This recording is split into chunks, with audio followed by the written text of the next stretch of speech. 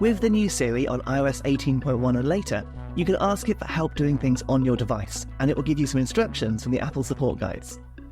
So for example, I can ask it, how do I change my lock screen wallpaper? And I'll get a response like this, giving me step-by-step instructions on what to do. And I can ask follow-up questions as well. How do I change my desktop wallpaper on the iPad? And again, I get some guidance. And whilst this does work for thousands of different things, it's not perfect for everything. How do I change my icons to dark mode again? As you can see here, it's given me the more old-fashioned web search results. But not to fear, your favourite tech YouTuber's not out of a job just yet, because if I tap on here, I can find out how to do that exact thing using one of Jacob's QuickTips videos. And speaking of which, if you want to see more about what you can do for your iPad, please do subscribe to the channel down below. I'll see you next time.